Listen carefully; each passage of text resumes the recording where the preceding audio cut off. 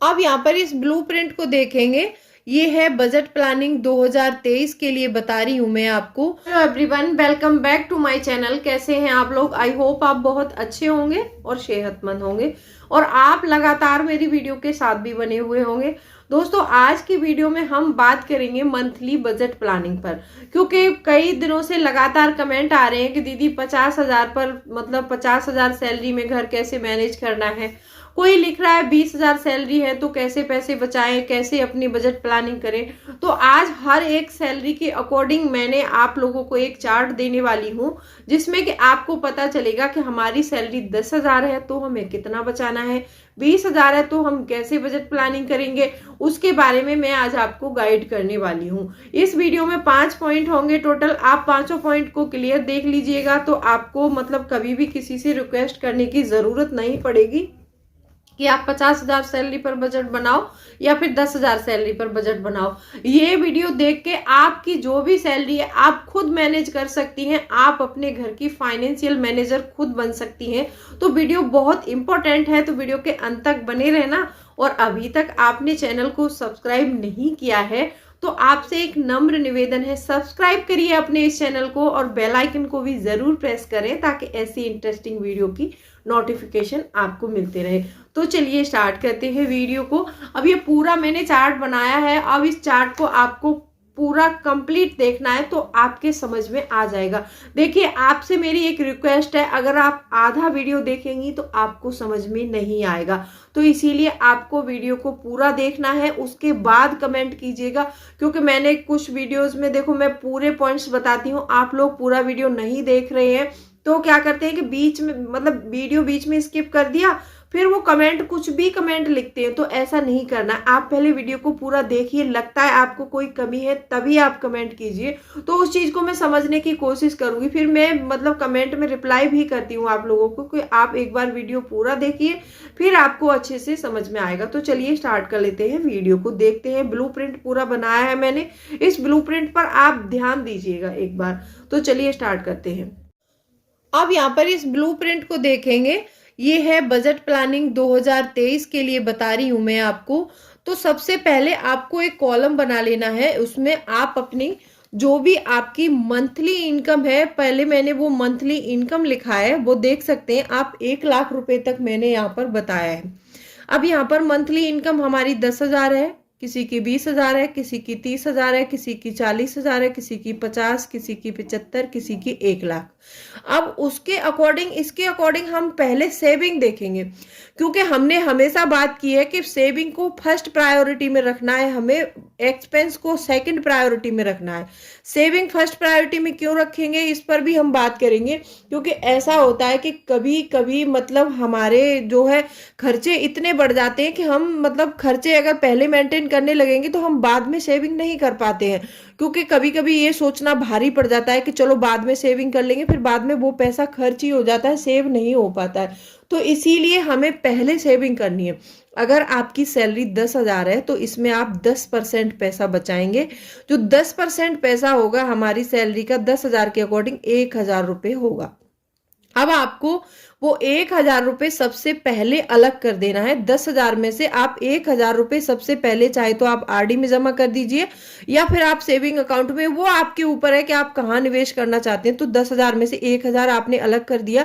अब यहाँ पर आपके मंथली एक्सपेंस होंगे। अब वो सारे एक्सपेंस आपको 90% में पूरे करने हैं। जिनकी सैलरी 10,000 है वो अपना 90% पैसा जो है अपने एक्सपेंस में खर्च करेंगे, तो वो हो जाता है 9,000। यहाँ पर आप अपने मंथली बजट पर 9,000 रुपए आप अपनी सारी जरूरतें पूरी कर सकते हैं। ठीक है। अब सेकंड पॉइंट आता है 20,000 सैलरी है तो कितना बचाएं। आपकी 20,000 सैलरी है तो आप यहाँ पर 12% अपना सेव करेंगे, तो वो होगा 2,400 रुपये। आपको आपकी सैलरी 20,000 है तो आपको सबसे पहले 2,400 रुपये अलग करने हैं और उसमें से 88% में आप अपना घर खर्च मैनेज करेंगे, जो होगा हमारा 17,600 रुपये। 17,000 में आप अपने मंथली एक्सपेंस वो करेंगे, मेंटेन करेंगे। ठीक है। अभी इनको कैसे मेंटेन करना है वो आगे मैं बताऊंगी आपको। अभी हम एक बार पूरा देख लेते हैं। अब यहाँ पर हमारी सैलरी अगर 30,000 है तो यहाँ पर हम 15% पैसा बचाएंगे। हमारा 30,000 के अकॉर्डिंग 15% होगा 4,500 रुपये। 4,500 रुपये हमें सबसे पहले अलग निकालना है। उसके बाद हमारा 85% जो पैसा बचेगा वो होगा हमारा 25,500 रुपये। जब 25,500 रुपये में हम अपना घर खर्च मेंटेन करना है, ठीक है। अगर आपकी सैलरी 40,000 है तो यहाँ पर आपको 20% पैसा बचाना है। आपको 20% बचत करनी है, क्योंकि आपकी सैलरी यहाँ पर 40,000 है तो आप 20% बचा सकते हैं। अगर आपके खर्चे कम है तो यहाँ पर आप 25% भी बचा सकते हैं, ठीक है। ये आपके ऊपर है। मैंने एक अनुमान लगाया है, क्योंकि जितनी सैलरी हमारी ज्यादा होती है, हमारे जो मतलब हमारा जो लेवल होता है खर्च करने का वो भी ज्यादा बढ़ जाता है। तो उसमें आप एक मिनिमम अमाउंट तो आप लेके चलेंगे तो 20% बचा ही सकते हैं। 40,000 की सैलरी में आप 20% पैसा, जो हमारा 8,000 अमाउंट होगा, ये आप बचा सकते हैं।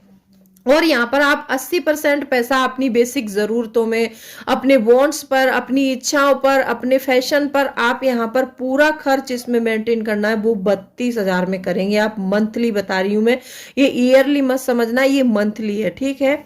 अब यहाँ पर आपकी सैलरी अगर 50,000 है तो आपको 25% पैसा बचाना चाहिए। यहाँ पर 25% होगा 50,000 का 12,500 रुपये, 12,500 रुपये। तो आपको 12,500 रुपये निकाल देने हैं अलग, और आपको 75% जो हो रहा है हमारा 37,500 ऊपर होगा इसमें। तो आपको इस पैसे में अपना घर मैनेज करना है, ठीक है। अब यहाँ पर अगर आपकी सैलरी 75,000 है तो यहाँ पर आप 30% पैसा जो है सेव करेंगे। आपकी सेविंग होगी मंथली 30% करेंगे, जो होगा हमारा 22,500 रुपये। अब इस 22,500 को आप कहीं निवेश कर सकते हैं, कुछ भी कर सकते हैं। ये सेविंग्स है आपकी, इसको आपको छूना नहीं है। इस पैसे को आपको अलग रखना है। यहाँ पर आप 70% में मैनेज करेंगे, जो होगा हमारा 52,500 रुपये। अब इस 52,500 रुपये में आपको अपना जो लाइफ स्टाइल है मेंटेन करना है, ठीक है। अगर आपकी सैलरी 1,00,000 रुपए है, यहाँ पर आपको सीधा 50% जो पैसा है सेव करना है। अब इसमें हमने 50% क्यों रखा है, क्योंकि अगर हमारी सैलरी 1,000 है तो हम 50% आराम से सेव कर सकते हैं। तो वो होगा हमारा 50,000 रुपये। 50,000 रुपये हमें हर मंथ में सेव करना है, और 50,000 में जो हमारे मंथली एक्सपेंस है वो हमको करने हैं, ठीक है। अब ये मैंने एक चार्ट बता दिया है। आप इसके अकॉर्डिंग आप अपनी बचत को, यहाँ पर जो बचत वाला कॉलम है, अगर आपके एक्सपेंस हाई लेवल के हैं तो आप इसी पर चलिए। अगर लगता है आपको कि आप कहीं पर, जैसे 1,00,000 सैलरी है, वो उनके खर्चे थोड़े कम में हो जाते हैं, मान लो ये खर्च आपका यहाँ पर 40% में हो जाता है, तो आप यहाँ पर 60 सेविंग में कर लीजिए। वो आप अपने हिसाब से कर सकते हैं। मैंने एक अनुमान बताया है आपको, ठीक है। अब आपको इसकी कैटेगरी कैसे करनी है वो भी मैं समझा देती हूँ आपको। बजट प्लानिंग इसके हिसाब से आपको कैसे करनी है। आपको सबसे पहले अपने मंथली एक्सपेंस को लिखना है। आपका होम रेंट हो गया, ग्रोसरी हो गई, इलेक्ट्रिसिटी बिल हो गया, गैस हो गया, मोबाइल रिचार्ज हो गया, केबल का बिल हो गया, बच्चों की फीस हो गई, या फिर कोई आपने मान लीजिए होम खरीद रखा है या फिर कुछ लिया है, उसकी ईएमआई हो गई। ये खर्चे ऐसे हैं कि मंथ में एक बार ही होते हैं। तो आपको इनको कैसे मेंटेन करना है वो आप अपने हिसाब से करिए, कि आपकी जितनी सैलरी है उसके अकॉर्डिंग आप अपना लिख सकती हैं यहाँ पर। क्योंकि ये खर्चे ऐसे हैं कि मंथ के या तो मंथ के एंड में देने होते हैं या मंथ के शुरुआत में। वैसे तो मंथ के 1 तारीख को ये सारे खर्चे हो जाते हैं, फिर मंथ लास्ट तक इसमें कोई जरूरत नहीं पड़ती है। तो आप इसको मेंटेन करिए पहले तो, ठीक है, कि आपकी सैलरी के अकॉर्डिंग कितने में मेंटेन हो रहे हैं, ये कर लिया। अब उसके बाद आपको वीकली प्लान करना है, वीकली एक्सपेंस प्लान करने। अब ये नंबर 2 में वीकली एक्सपेंस क्या हो सकते हैं। देखो, आपकी गाड़ी का पेट्रोल हो सकता है। पेट्रोल तो आप डेली नहीं भरवाते होंगे गाड़ी में, हफ्ते में एक बार भरानी होती होगी, ठीक है, या फिर मंथ में एक बार भी भरवाते होंगे।